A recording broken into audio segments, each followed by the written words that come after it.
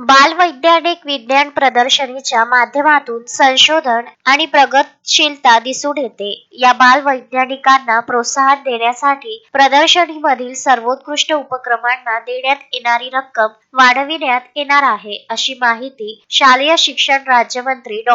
पंकज भोयर यांनी दिली. शिवाजी शिक्षण संस्थेच्या प्रांगणात आयोजित राज्यस्तरीय बालवैज्ञानिक विज्ञान प्रदर्शनीचा समारोप करण्यात आला. यावेळी संस्थेचे अध्यक्ष हर्षवर्धन देशमुख, महापालिका आयुक्त सचिन कलंत्रे, जिल्हा शिक्षण प्रशिक्षण संस्थेचे प्राचार्य मिलिंद कुबडे, राज्य विज्ञान परिषदेच्या संचालिका डॉ.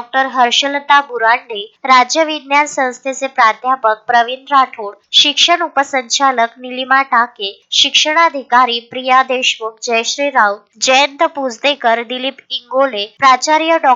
गजानन कोरपे आदी उपस्थित होते. यावेळी सुनयनशी घोंगडे यांना चॅम्पियन ट्रॉफी देऊन गौरविण्यात आले. तसेच रेहान दारव्हणकर, जोसेफ संस्कार देशमुख, पुष्पा वाघचौरे, पूनम कावर, गायत्री धुरी, संतोष देशपांडे, गणेश बदकल यांनी प्रथम क्रमांक पटकाविल्याबद्दल गौरविण्यात आले.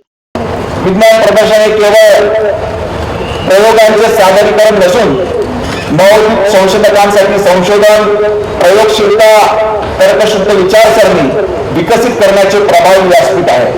अशा प्रदर्शनांच्या माध्यमातून विद्यार्थ्यांना स्वतःच्या कल्पनावर साकार करण्याची संधी मिळते, ज्यामुळे त्यांची सर्जनशीलता आणि वैज्ञानिक दृष्टिकोन अधिक विकसित होतो.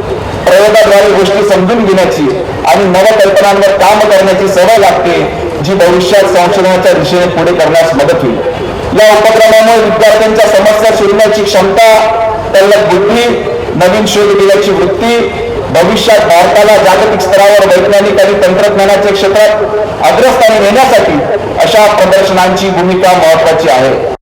Vidarbha news bureau, Amravati.